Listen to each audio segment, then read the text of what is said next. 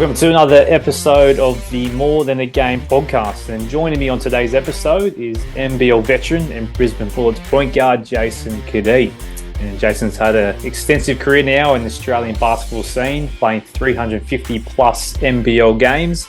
He's represented the Boomers. He's won a gold medal at the Commonwealth Games back in 2018. He's a former NBL six-man, winning that award in 2020, and he's had a tremendous career up until this point. Very much looking forward to hearing his story and his journey on the podcast today. Jason Cadee, welcome to the More Than a Game podcast. Thanks for having me, mate.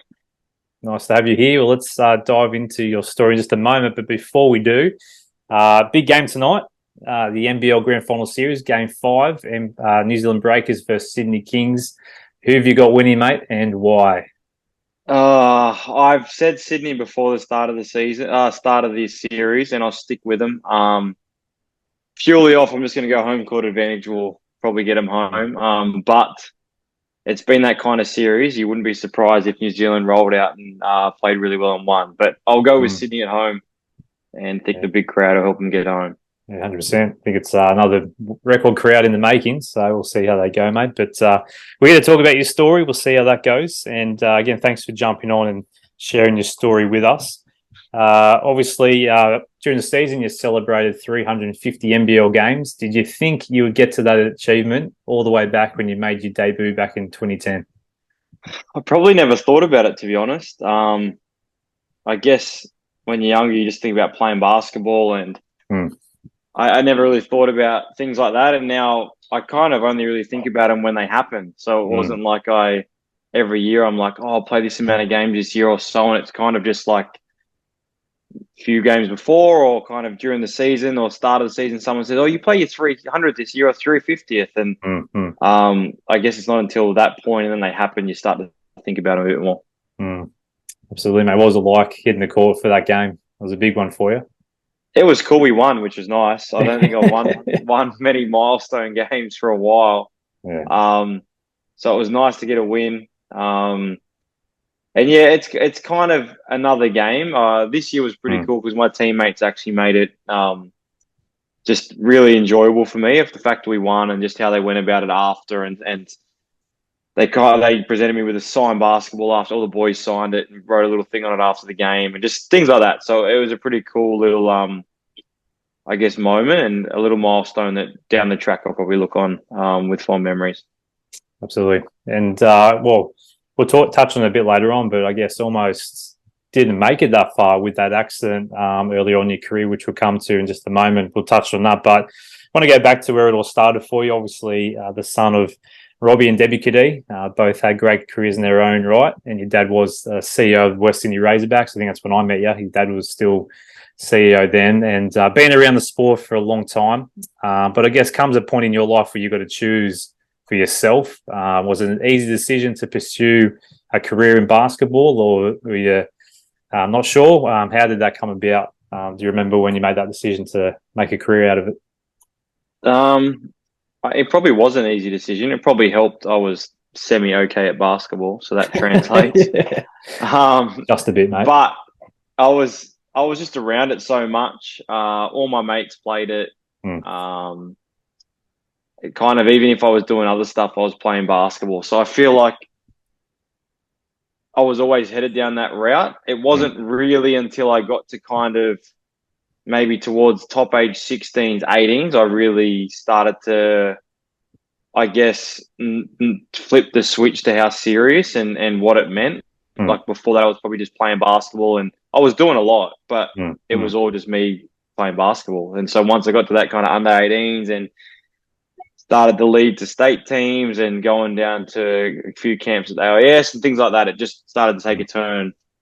And then kind of in the back end of 18s when I made the decision to go to the Institute of Sport, it was like, I'm making a decision now. This is what I want to do full time, obviously. Yeah, that's awesome.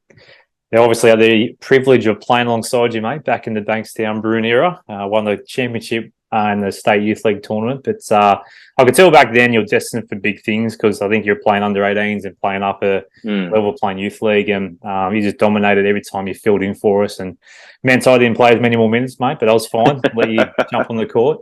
but a long time ago now. But yeah, back then I could see, yeah, the trajectory, I guess, of where you're heading. But for me, the key thing was just seeing the habits that you put in place back then. And for anyone who wants to make it, I think habits are really key, not just for professional sport, but in life, I guess, in terms of building these rhythms and habits in your life. And you're on the court practicing when most guys, finished up training, whatever. How important are habits, not just in your career and for instilling good patterns in your career, but also for life, building healthy rhythms and habits, within your life as well.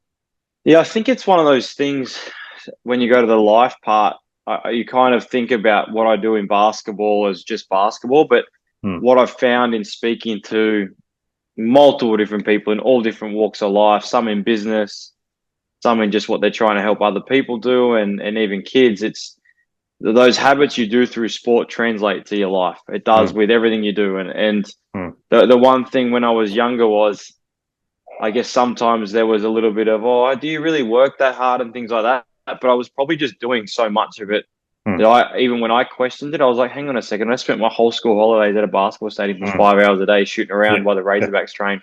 Like I was doing so much of it and in so many different places. It kind of, to me, it just was part of life. It wasn't really like I was doing extras or I was trying to do that. It was just, that's what I did. I was just at basketball stadiums. And so I think a lot of what's got lost a bit in this day and age isn't more the habits part of it. It's the basic part of it.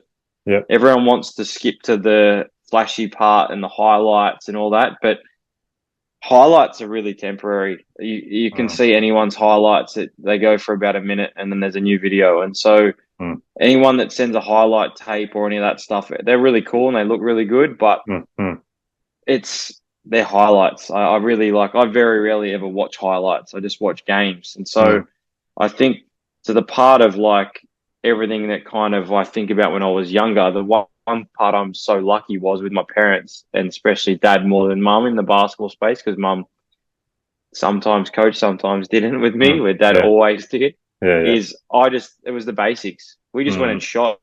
We weren't going out working on a heap of stuff. We'd go shoot, hour, go home. So I just think the basic side of it, the habits creep into it, but just the basic side I learnt younger that I still use every day is the biggest part to what I am now trying to teach young kids. Yeah, that's awesome, mate. Very good, wise advice. And if we touch on your debut, so as I said, played with you, I think it was 2008, played that season, 09, you're at the AIS, and then you make your debut with the Gold Coast Blaze. Remind me, that time, did the accident happen before your debut or was that the second season? No, that was before. So that was the year I left the AIS. I'd signed with Gold Coast. And I came back to Sydney to play ABA because at that stage down at the AIS, we were only playing 10 or 12 Seabull games when it was Seabull. So it was kind of every couple of weekends where Dad was coaching ABA. They were playing every week. So I said, I'm going to go back now and play every week till I go away. And so it was in that stretch there. And for those that know, obviously coming back from a mate's place, you driving home on the freeway, well, you can explain it, but basically were hit by a truck, broke your pelvis. Can you explain the incident, what exactly went down in that moment? Yeah, essentially that. Driving home, mum and dad needed the car after a meeting the next morning to go to work. And so I was driving dad's car home. It was at 9:30 in the morning or something. Got kind of pushed off the freeway, went to come back on the M7, spun out from the gravel, and then just basically pulled up, and here comes a semi-trailer and just crunched me. Stuck in the car for about an hour and a half. Choppers, ambulance, everything there. Ended up getting the ambulance to, I think it was Westmead Hospital. And then, was in there for a few weeks, found that I had a broken pelvis, had the surgery, and then basically from there, it was learn how to walk, run, and everything again. Amazing. At any point, did you think your career was over? Yeah, when it happened. I think that was the first thing I said in the car. There was a lady named Ida who had come across the freeway to get in the car, and I don't remember much from the car. I remember the impact and the sound, the noises and everything. And then I remember bits and pieces, but I remember saying to her, like, I more talked about needing to play basketball. I was probably lucky I was young and naive that I wasn't talking about walking again. I was talking about playing basketball. Yeah, But yeah. I remember after I had the surgery, the surgeon who did everything was really good. And I remember him saying to Dad, I wasn't even talking to me, Mm. Robbie, he'll be fine. He'll be able to get back to running and everything. It was all clean break. Easy. It wasn't an easy repair, but it was all a clean repair that we were able to put everything in that should not limit him running, and Mm. he'll be able to get back to full health. So that was from that moment forward, that was all I thought about. Yeah, it's amazing, mate. And I guess a lot of the guests I've had in the podcast, we talk about hard work and discipline, but I tell you what, the discipline and hard work you would have had to put in just to, rehab that injury. What did you learn about hard work in that time? Yeah, it was probably honestly, I was probably lucky I was so young. I treated it like an ankle almost. Like I just tick off Mm. little boxes and keep moving. And I probably found out more later on once I actually came back how significant it was. And I'd have days where, like, I remember I was supposed to be out for 10 to 12, 8 to 12 months. Mm. I played after 5.5. After my first game, I couldn't even walk. Like, I actually struggled All to walk to the car to go home. And so there's just elements of that where I learnt at a really young age, okay, hang on a second, like there's actually some really things I need to take care of. Mm. Or I was in situations like that. And then even I think just I probably learnt to be a bit more patient through the whole process. In some regards, in other regards, not really, because I pushed it a lot. But Mm. Mm. like I had to actually sit still and not do shit for a long time, and then I had to learn how to walk really slowly. And then once I got back to moving, it kind of went pretty fast. But it Mm. it took, like as I said, like those games happened after 5.5 months, and then that next off season, I basically was off feet for a few months to let everything heal and then rebuild myself again. So it kind of really took at least 12 to 18 months till I was actually back to feeling like myself again. But yeah, it probably taught me. I mean, I always thought I had a pretty good pain threshold, but that was probably a different level of it. Learning how to play through some things and push through and kind of just worry about that later and just worry Mm. about playing now. So it was definitely a lot to learn as an 18-year-old, but Mm. something I'm also not grateful I got to go through it, because it would have been nice to not have to go through it. Of But course. it was a lot of good learning lessons for me at that time. 100%, mate. I was going to touch on this question a bit later on, but while you're talking about it, I guess sometimes we tend to, in life, but also, basketball, probably when teams aren't going well, or the season's not going well, which I guess you guys had with the Bullets the last season, I guess the default to try and, run away from that, and people don't like pain or hardship. Obviously, it's not easy, but I find that when we go through those times, it actually leads to more growth. We become wiser from going through that period. So you said you wish you hadn't gone through it, but do you see a bit of a silver lining in that that's sort of helped you with your career, that when you do go through the tough times as a team or whatever, and as a captain now, you can sort of get the guys around and say, look, it's not easy, it's not hard, it's not good at the moment, but we'll learn from this. Do you find that experience sort of helped you understand the importance of going through hard times and learning from them? Yeah, in elements, yeah. Like I think it definitely taught me a lot, and I think it helps the individual a lot. Hmm. When the team performances, it's hard. It's hard to define team performances at time. I'd say those things I've gone through has helped me as an individual really figure out, kind of, especially in the basketball space, like things that I see work and don't work, and Hmm. kind of as I get older now, what would I do if I was in this role? What would I do if? And I see it from a whole different, I guess, outlook to what others probably would. But Hmm. sometimes in team situations, it's so different because you're affected by other things going on. It's not necessarily what the group's like. Hmm. It's injuries. It's maybe something the coach wants that the group Hmm. they're struggling with, or maybe it's external and there's other things going on within the club. There's so many different Hmm. moving pieces to a basketball club. So sometimes it's actually hard because you can only focus on what you can do. Hmm. But whilst there's other things going on, like at the end of the day, if you're trying to get through a season in one of the toughest leagues in the NBL and Hmm. you're Hmm. missing 3 or 4 players at a time, it impacts everything you're doing. You can be great as a team, but without that personnel on the floor and without the talent or whatever it is, it's hard to navigate. So sometimes it's about just worrying about putting your head down and doing the work and letting everything else tick in after it. But sometimes there's just nothing you can do about it, which is probably the most frustrating thing as an athlete, because you're so competitive that you want everything to get back on track quickly. But sometimes that's not the simple answer. Yeah, 100%. Good lesson for fans too. They might get frustrated. It's a lot of. I always say to fans too, I always understand frustration. And I said, I get it, because what do you think I feel? That's it. I was like, that's the part. Like I said, I understand frustration. Everyone, and it's more. I think frustration for fans probably comes more from expectation. Some of them love it to the stage where they just want to see it do well, and they're fans and they love the team, and it's what they look forward to. And so I understand it, and I think every fan has every right, especially sponsored members, the ones putting in their hard-earned money for every day of the week. The ones who show up every now and then and whatever, that's different. But still, once again, everyone's allowed to show support or frustration however they see fit. But I always say, if they think that we roll home and we just move on from it, it's not that simple. And the other part to, especially being an NBL player, is a lot of people aren't earning enough money that they just roll home and they're getting their Ferrari and drive home. No one's earning that type of money. So what you do week in, week out in this league really impacts your life. And so I think a lot of people don't understand behind closed doors how much goes on and how much tough situations actually affect each individual. Absolutely, mate. Well said.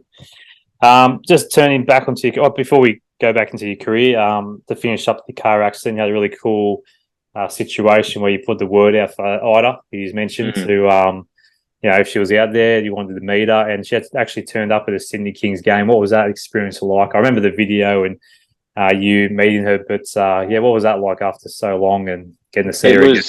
It was really cool. It got blown up more than I originally wanted. I just wanted to meet her. I got to the stage of my life where I'd probably avoided it for a while because it probably made me think about the whole incident. And then it just got to the stage. I've been in Sydney for a few years playing for the Kings, where I thought, you know what, I'd like to meet this lady. I wonder if I can find out through the club how I can find her.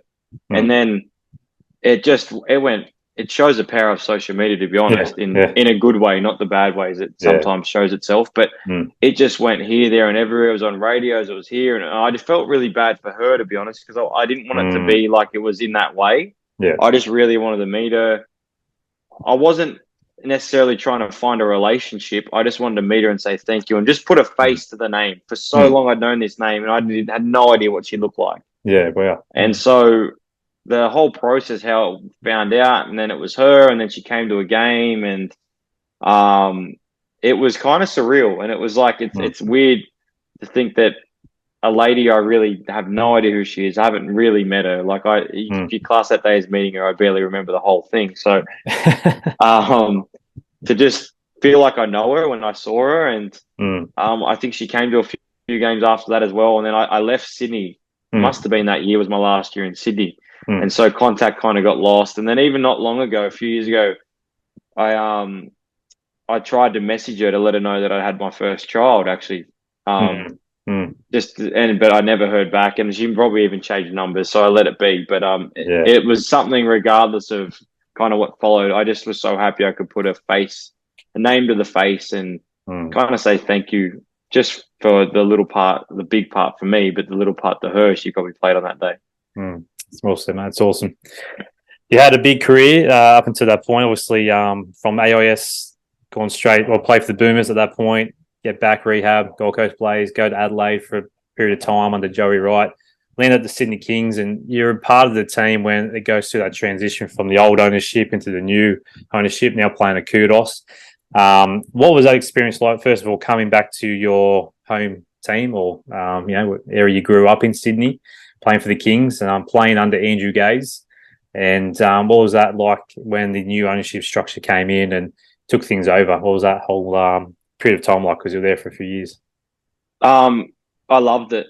It was one of those things when I got back to Sydney and then started going through years or months of being there and playing for the Kings. And obviously everyone knows I grew up heavily entrenched in the Razorbacks. But once I kind of got back to Sydney and was in Sydney, and it was just little things for me. Like I'd go do promos and I knew where the school was because I had a Mm. friend go there when I was younger, or I'd go Yeah. do this and I knew people from, and I'd go to an event and someone was from Sutherland or Bankstown or Comets, Mm. and it Mm. was more those connections of being in Sydney and just, Mm. oh, Jason knew your dad, or Jason, remember watching you when you were 20. Like it was all that stuff that made it so special. Yeah. And then when Harvey Lister and AEG Ogden took over, Mm. it just, you could see what was going on and where it Mm. was headed. Mm. And then obviously off the back of that, you've had Paul Smith and his crew Mm. come in now and take over off the back of Harvey. And Mm. they've done a fantastic job with the Kings. And it was one of Mm. those things, I was probably at the start of it really starting to change gears, and Mm. we started to get pretty good crowds, and we had a few years where they were trying to figure out the roster. Mm. And then I think of the one year that I really think about it. I was talking the other day, I've had some unlucky years in terms of people getting hurt. Mm. But that one year we were supposed to have Julian Kazoo, he doesn't play a game. We ended up changing an import when we were 5-1 or 6-1 or something. Mm. And then later in that first year, Kevlish gets hurt and Newells gets hurt. Like Mm. there's some things in that situation where we were Mm. close, and then obviously Yeah. they bring in a guy like Bogues, and Bogues really brought in like, okay, if he's coming in, he's not coming there to just roll around. Things Mm. need to happen, and I think Mm. that was Harvey that made that happen. And then off the back of Harvey, as I said, Paul comes in, and they've just really created a great place to play basketball. And Mm. in my mind, biased because I grew up there, but I always wanted to play at that stadium when I was a kid. It's Mm. it's an elite arena. Mm. I remember going there, doing the floors with the Razorbacks, played the Kings, and the Harlem Globetrotters played Mm. there. I think it was one of the times the biggest crowd, 15,500. And Remember that? it's just things like that in Sydney was like, I'd see kids and think I was one of those kids in Mm. Sydney. You could see yourself in kids because you were there. Like I'd go, as I said, Yeah. I'd go do promos at Bankstown Hills, all these places where Mm. that's where my childhood was spent at different times. And so Mm. Sydney had a different, I guess, different, not meaning, but it just was a special place to do things like that and see kids and just be in that environment doing what I do. Absolutely, mate. With that all said, you sound very passionate about the Kings. So I ask this on behalf of other Kings fans. Can you see yourself ever going back there? I know you're off contract, I believe. So I am. It's funny, when I left Sydney, I didn't really want to leave, but I had such a good relationship with Andre Lamanis, and they tried to get me when they first came back in the league, and it just got to the point where I thought that I might have had a bit more opportunity in Brisbane potentially, and it kind of was at a weird time. So I really didn't think I was going to leave Sydney, but it ended up working out that way. It was the hardest decision I ever had to make in my professional career. And then when I left, I always left with the opinion that I'd be back. And now as I sit further down the track, I see it harder to be back. But as I also sit here talking to you off contract and free agency starting in 2 weeks, yeah, I could see myself being back in Sydney. I think there'd be a lot have to play out. I don't know what their idea is with their roster, and going to Sydney now is one of the hardest things you can do because they've been playing so well. So you're going to go in and try and help them keep that going, especially now they're going to lose Xavier Cook. So it wouldn't be an easy situation to go to in terms of just how good they've been. Sometimes that's a hard one. But for me, if you were talking about clubs that you would enjoy being at again, Sydney's definitely one of them, just because of my connection with it being my hometown. I felt like I had a really good relationship with fans, members, people around Sydney. And so that's a long answer to your question, but in other words, you're signing tomorrow. I can feel it. But you never know. You never know. It takes two to tango, and so we will see. Exactly. But I'm definitely a free agent. Probably the most free of an agent I've been in my whole career. So there's a lot playing out in Brisbane, and yeah, we'll see what plays out. But I am very much looking around. Yeah, nice to hear, mate. We'll keep note of that. Well, just a couple more questions to finish up. Obviously, you mentioned the appeal of playing at Kudos and the old Sydney Superdome, and obviously the home of the Sydney 2000 Olympics. I'm not sure if it had an impact on you as it did me. That's the reason I started playing, because of going to a Boomers game and wanted to make become professional after watching that game, but didn't quite work out. But all good. But yeah, in terms of playing for the Boomers and having that opportunity at a young age, but also later in your career, all the guests I've had on who have played for the Boomers just say the Boomers culture is so special. We always hear about it. That's going back to the days of Andrew Gaze, Hammer, Shane Heal, and the like. What was that experience like, putting that jersey on for the first time and then having that experience of playing so many games for the Boomers up until this point in your career? It's the best. Yeah. It's like, I guess when you become a professional athlete, a lot of people don't understand it becomes very business. There's different agendas. There's different things going on. If I'm being frankly honest, loyalty, everyone wants loyalty in a world where there's not much of it. There is at times, but you see it all the time. You see players take less to be at a certain place, and then when the time comes, they just say, see you later. Or you see the other way around. Players sign contracts, and after a while they go, nah, this isn't for me, I'm out. And so it becomes a business world. And so you go through your whole junior career playing the game you love with friends and just playing because you love it. And then you get to that world and it can be a little bit of a shock to you. But once you get to the Boomer stage, it's back to what you were like as a kid. You're playing with the guys that are all there for the same reasons. They don't care if they play 1 minute. They don't care if they play 40 minutes. They just care, what do I have to do to help? Do I have to wave towels? Do I have to carry the drink bottles? Do I have to get this guy open? I'll do that every time. And so you end up with groups like that. And then you go on tours and you go on trips, and all of a sudden you can be on a 3-week, 4-week trip in multiple countries, some not really that great, and you're living out of a bag, and it doesn't get old for some reason. It's because of the guys you're around. And so it's just a whole heap of those things which come into it. And it's something that until you've really done it and been to those places and been part of those groups, you don't really understand it. And it's something, there's a reason why all those guys, like, people aren't making money playing for the Boomers. They're not feeding their families or anything like that. There's a little bit of money involved, but it's nothing. So that's why you see so many people coming back to it, because I think a lot of them just need a taste of what it's like to be a kid again and play around people that just want the best for you and want the best for everyone. And it's just an environment like no other, especially once you get to this age, other than maybe like, as I speak about Bankstown, I went back there in 2016 and got to play them. Like, that's the kind of environment, obviously on a way higher level, but that's the kind of environment you're looking for when you go and do those ABA things and stuff like that. Yeah, that's awesome, mate. And so 2 highlights for me, I guess, or things that stand out from your career with the Boomers. First of all, 2018 Commonwealth Games, winning the gold medal. Obviously, not quite the Olympics, but probably the next best thing, I would say, in terms of professional competition at that level. So what was that like, being a part of that team, winning gold medal? Really good. It'd been like we'd had 2 tournaments prior. I went to the World Uni Games and we came second against Russia in Russia. And that's under 25 and under. And Russia had like 3 Olympians.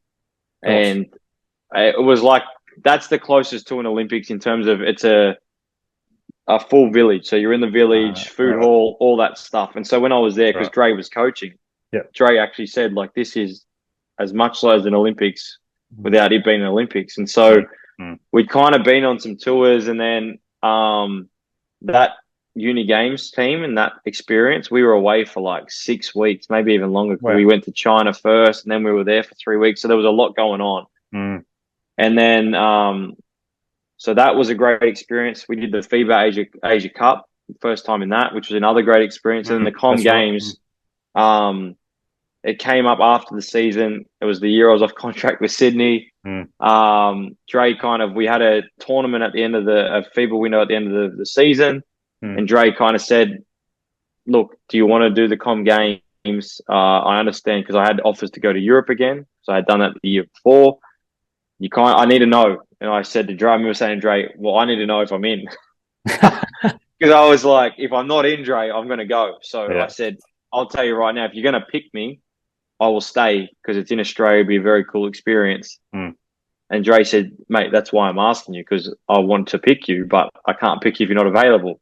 So that was just another. It was just a great group of guys. We were all there for the same reason. We managed to get it done. And just another thing, I think probably as I get older, you just look back at being just one of those cool moments that you're happy to be a part of, and to do it on the Gold Coast where I started my career, and just do it in Australia was really cool. Yeah, 100%. That's the positive side of things. I guess the not so positive, I have to bring it up, is that game in the Philippines. My goodness. Like, I remember, I think I flicked to something else while I was watching the game. I've come back and I missed the actual event, but saw what happened and couldn't believe it when I saw the replay. And I guess being there, you probably thought it was something surreal, like a dream. There was a lot of talk about the disrespect that I guess you guys, Australians, had towards the people over there, which I find hard to believe. So, in your opinion, what happened there? And I just remember you, like, I can remember your face, like, what the heck is going on? Like, when there was all I think it got, like, I rewind. So we played the Philippines in Australia first in those series. You go home and away. We played them in Melbourne, and the crowd was like at Margaret Court, which holds 6. It was like 5,000 Filipinos, 1,000 Australians. It was the environment, but it was an away game, but it was fantastic. It was so loud in there, and we won by 10 or 15. And at that point, we hadn't been beat in Asia. We'd won every game. And I remember after the game, I think it was Andre Blatch or someone got interviewed on court, and he said, "Oh, we feel like we're going to be the first team to beat Australia." It wasn't saying anything bad, but he was like, I think if they think this is a home, if they think this was a crazy crowd, wait till they come to the Philippines. Like, it'll be a whole different environment of home fans and just, and I was kind of like, that's interesting, but I was like, fair enough. And then there was even another article, I'm sure if someone could find it, saying where they actually said in an article, one of the players or the coach or someone, that they'll be the first team to beat the Aussies. They think they got the crew to beat us. And as I said, we hadn't lost. We won the Asia Cup. We won every game. And so it was whatever. And then Delhi and Thon come in for that tour. We go to play Japan and we lose to Japan. First loss, Delhi and Thon join us. It was kind of like, what the hell has happened? And we were very annoyed at how we played. We felt like we didn't play very well. So when we went to the Philippines, it was like, we knew they were a good team. Like, if you look at the guys we had, no one's like that. Everyone was just like, we have to go and play hard. We didn't play hard enough against Japan. We need to play harder and get after them in the Philippines and play good basketball. So we went there with strictly that approach. In the lead up to it, we trained at the stadium the day before, and we couldn't even train. The decals were so slippery. And every time we try to get someone's attention, they just leave. And so I remember, I forget who it was, but whoever it was like, let's just pull one up and we'll help them put it back down, whatever we have to do. But otherwise we can't train. Like, we were doing 1-on-0 stuff, and Kev Lish goes down and just slides over. Someone else stacked it. And at the time too, when you got Delhi and Thon there on millions and millions of dollars, you don't want to get injured. Some people are thinking, hang on a second, one of those guys to go down. And so there was nothing done of like, oh, let's rip this shitty sign up. It was genuinely like, hey, we need to train. Let's just do it, and we'll figure it out after. If we have to pay for it to be put back down, we'll just figure that out after. And so then it got turned into disrespectful this, disrespectful that, whatever, because it wasn't our intention, and no one would help us. And so then off the back of that, the game comes around. There'd been no talk about anything to do with them other than we need to play harder, we need to get after them, and we wanted to show how good we were. That was the other part. We're playing a stadium, 40,000 people. Yeah, it was huge. And we honestly just rolled out and we're just playing really good basketball. And as a result of that, one team's getting their butt kicked. I don't think they liked it very much. And then I remember at the start of the third quarter, one of their players, who was the one mainly involved in it, he was pinching Chris Goldie. And he was talking a lot. And those who know Chris isn't scared to say a few things back. But at this stage too, Chris was cooking, like hitting all the stuff people see him hitting the NBL. And I remember I subbed in, and I remember Chris kind of turned to me and goes, bro, this guy's been an absolute blah, blah, blah. Because he said he just keeps pinching me and poking me and talking to me. He's like, I don't even know what he's doing. Like, we're kicking their ass. And I was like, oh, I remember just being like, who cares? Let's just keep busting them. So we just keep playing, and it slowly got more and more, and it just got chippier and chippier, and then it just exploded. I didn't see the timeout before where their coach kind of went off, but there was no we didn't start talking and just telling them like we're kicking your ass. Like I had messages from Filipino people I know back in Australia and over there being like, I'm so sorry that happened. Yeah. And it just, I personally feel it was a result of what the score was going on. I think they had an expectation of beating us there. Yeah. It just all formed into one. I don't think we were ever disrespectful. There's one thing we've always done, that's play hard, even if we're up 50, because I feel like it's disrespectful to just stop playing. Boomers culture. We weren't there trying to be disrespectful. We were they're just there to play a basketball game. But then what happened was, to your point, was wild. I've never seen anything like it. I wasn't expecting it. I just seen blue shirts coming from everywhere, stuff getting thrown from the crowd. It was scary, to be honest. It was scary. I can imagine, mate. Well, you guys handled it well, in my opinion, even afterwards. I remember, I think it was Anthony Moore, the CEO at the time, and just his words afterwards were, it was handled well in the end, but crazy times. Well, just to finish up, mate, you sort of touched on what's happening next for you, but for the Bullets fans, I'm sure you'd be happy to stay in your coach up there if it works out for you. Got an NBL one season, you're telling me, coming up with the Gold Coast Rollers again, but what's next for Jason Cadee? Yeah, don't know. We'll see. Obviously, if I'm speaking honestly, I'd say I feel very entrenched in Brisbane at the moment. Family here, family started here. I've done a lot for the Bullets on and off the floor through some tough times the last few years, obviously, especially since Dre left. So a lot of me would love to be here to help it get back on the right track. And obviously, without really knowing Justin, the club thinks he's the guy to do it. So if I can be here and help do that, then I'd love to. But I'm also mindful of what's out there and who else might want me to come in and actually concentrate on playing basketball, because it feels like a while since I've just worried about being a basketball player and getting better on the basketball court. So yeah, it's really up in the air right now. I'll be a free agent. And yeah, it's kind of a bit in Brisbane's court. And then if they leave it to free agency, then it's up to anyone who wants to reach out, and we'll see where that goes. So interesting times. Absolutely, mate. Well, 31 years of age, I reckon you've got plenty of years left in your career, brother. Hopefully get the 450 up. That'll be an achievement. And but we wish you all the best, mate. I definitely do. And it's been great watching your career. But thanks for joining us today on the More Than the Game podcast. Thanks, mate. Thanks for having me.